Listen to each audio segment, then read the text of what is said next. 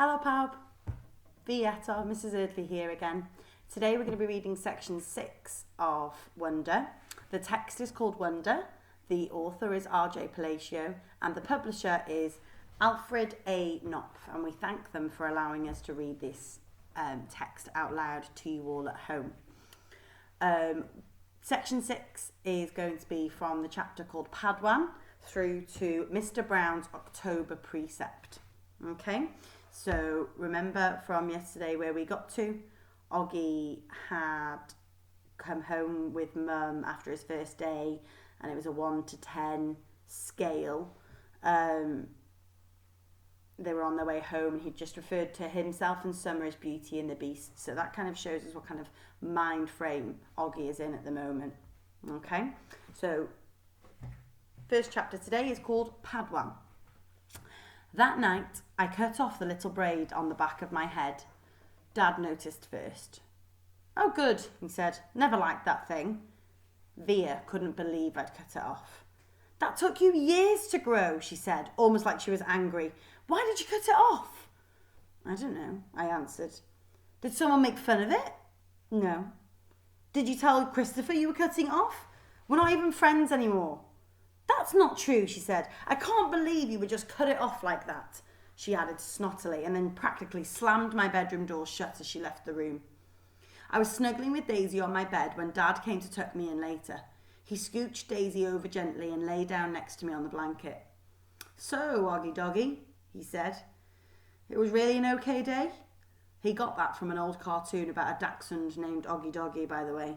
He'd bought it for me on eBay when I was about 4 and we watched it a lot for a while, especially in hospital. He would call me Oggy Doggy and I would call him Dear Old Dad, like the puppy called the Dachshund Dad on the show. Yeah, it was totally okay, I said, nodding. You've been so quiet all night long. Guess I'm tired. It was a long day, huh? I nodded. But it really was okay? I nodded again. He didn't say anything, so after a few seconds I said, it was better than okay, actually. That's great to hear, Oggy, he said quietly, kissing my forehead. So it looks like it was a good call Mum made. You're going to school. Yeah, but I can stop going when I want to, right? That was the deal, yeah, he said. Though I guess it would depend on why you wanted to stop going too, you know? You'd have to let us know. You'd have to talk to us and tell us how you're feeling. And if anything bad was happening, okay, you promise you'd tell us?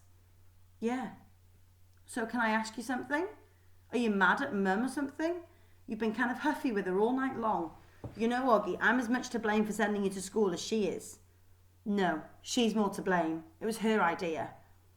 Mum knocked on the door just then and peeked her head inside my room. Just wanted to say good night, she said. She looked kind of shy for a second. Hi, Mama, Dad said, picking up my hand and waving it at her. I heard you cut off your braid, Mum said to me, sitting down at the edge of the bed next to Daisy. It's not a big deal, I answered quickly. I didn't say it was, said Mum. Why didn't you put Oggy to bed tonight? Dad said to Mum, getting up. I've got some work to do anyway. Good night, my son. That was another part of the Oggy Doggy routine, though I wasn't in the mood to say good night, dear old Dad. I'm so proud of you, said Dad, and then he got up out of the bed. Mum and Dad had always taken turns putting me to bed. I know it was a little babyish of me to still need them to do that, but that's just how it is with us. Will you check in on Via? Mum said to Dad as she lay down next to me. He stopped by the door and turned around. What's wrong with Via? Nothing, said Mum, shrugging. At least that's what she would tell me. But first day of high school and all that? Said Dad. And then he pointed his finger at me and winked. It's always something with you kids, isn't it? He said. Never a dull moment, said Mum. Never a dull moment, repeated Dad. Good night, guys. As soon as he closed the door, Mum pulled out the book she'd been reading to me for the last couple of weeks. I was relieved because I really was afraid she'd want to talk, and I just didn't feel like doing that. But Mum didn't seem to want to talk either. She just flipped through the pages until she got to where we'd left off. We were about halfway through The Hobbit. Stop, stop, shouted Thorin, said Mum, reading aloud. But it was too late. The excited dwarves had wasted their last arrows, and now the bows that Bjorn had given them were useless. They were a gloomy party that night, and the gloom gathered still deeper on them in the following days. They had crossed the enchanted stream, but beyond it the path seemed to straggle on just as before, and in the forest they could see no change. I'm not sure why, but all of a sudden I started to cry. Mum put the book down and wrapped her arms around me. She didn't seem surprised that I was crying. "It's okay," she whispered in my ear. "It'll be okay."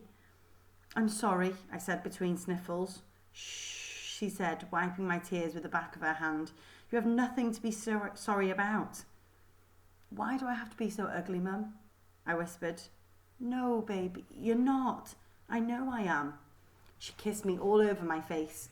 She kissed my eyes that came down too far. She kissed my cheeks that looked punched in. She kissed my tortoise mouth.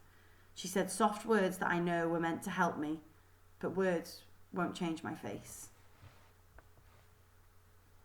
Wake me up when September ends. The rest of September was hard. I wasn't used to getting up so early in the morning. I wasn't used to this whole notion of homework, and I got my first quiz at the end of the month. I never got quizzes when Mum homeschooled me. I also didn't like how I had no free time anymore. Before I was able to play whenever I wanted to, but now it felt like I always had stuff to do for school. And being at school was awful in the beginning. Every new class I had was like a new chance for kids to not stare at me. They would sneak peeks at me from behind their notebooks or when they thought I wasn't looking. They would take the longest way round me to avoid bumping into me in any way, like I had some germ they could catch, like my face was contagious. In the hallways, which were always crowded, my face would always surprise some unsuspecting kid who maybe hadn't heard about me. The kid would make the sound you make when you hold your breath before going underwater, a little sound.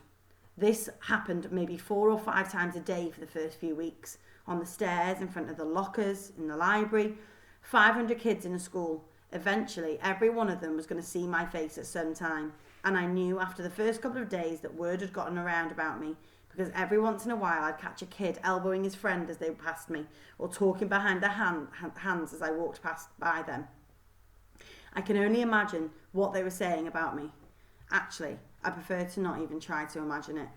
I'm not saying they were doing any of these things in a mean way, by the way. Not once did any kid laugh or make noises or do anything like that. They were just being normal, dumb kids. I know that. I kind of wanted to tell them that. Like, it's okay. I know I'm weird looking. Take a look. I don't bite. Hey, the truth is, if a Wookiee started going to the school all of a sudden, I'd be curious. I'd probably stare a bit. And if I was walking with Jack or Summer, I'd probably whisper to them, "Hey, there's the Wookiee." And if the Wookiee caught me saying that, he'd know I wasn't trying to be mean. I was just pointing out the fact that he's a Wookiee. It took about 1 week for the kids in my class to get used to my face. These are the kids I'd see every day in all of my classes. It took about 2 weeks for the rest of the kids in my grade to get used to my face. These were the kids I'd see in the cafeteria, yard time, PE, music, library, computer class. It took about a month for the rest of the kids in the entire school to get used to it. These were the kids in all the other grades. They were the big kids, some of them. Some of them had crazy haircuts. Some of them had earrings in their noses. Some of them had pimples. None of them looked like me. Jack Will. I hung out with Jack in homeroom, English, history, computer, music and science, which were all the classes we had together. The teachers assigned seats in every class and I ended up sitting next to Jack in every single class.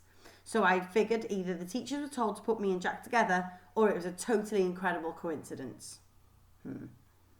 I walked to classes with Jack too. I know he noticed kids staring at me, but he pretended not to notice.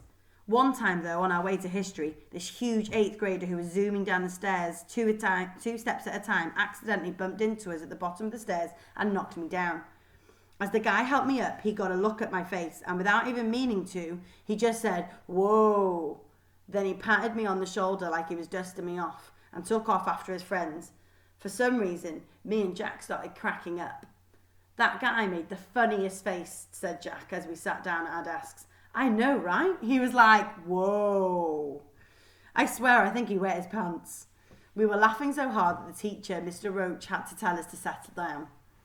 Later, after we finished reading about how ancient Sumerians built sundials, Jack whispered, "Do you ever want to beat those kids up?" I shrugged. "I guess. I don't know. I'd want to. I think you should get a secret squirt gun or something and attach it to your eye somehow. And every time someone stares at you, you'd squirt them in the face." With some green slime or something, I answered. No, with slug juice mixed with dog pee. Yeah, I said, completely agreeing.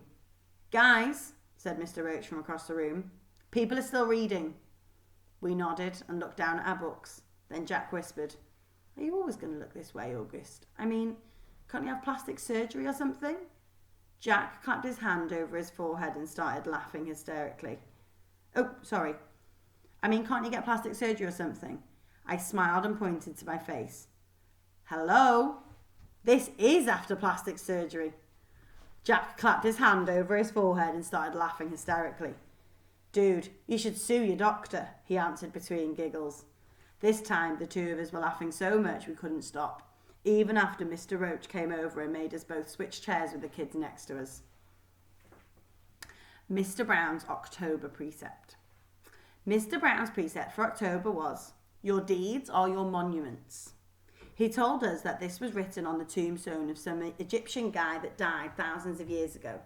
Since we were just about to start studying ancient Egypt and history, Mr. Browne thought this was a good choice for a precept. Our homework assignment was to write a paragraph about what we thought the precept meant or how we felt about it. This is what I wrote. This precept means that we should be remembered for the things we do. The things we do are the most important things of all. They are more important than what we say or what we look like. The things we do outlast our mortality. The things we do are like monuments that people build to honour heroes after they've died. They're like the pyramids that the Egyptians built to honour the pharaohs. Only instead of being made out of stone, they're made out of the memories people have of you. That's why your deeds are your monuments, built with memories instead of with stone. And that is the end of section 6, a shortish section today. Love the idea of, Mr. Eardley's just arrived home from a walk. Love the idea of precepts in Mr. Browne's class. I think I'd like to see those and to have some of those. So what I will do is I will see you ready for section 7 later on this week or next. Diolch yn fawr iawn. Ta-ra rwan.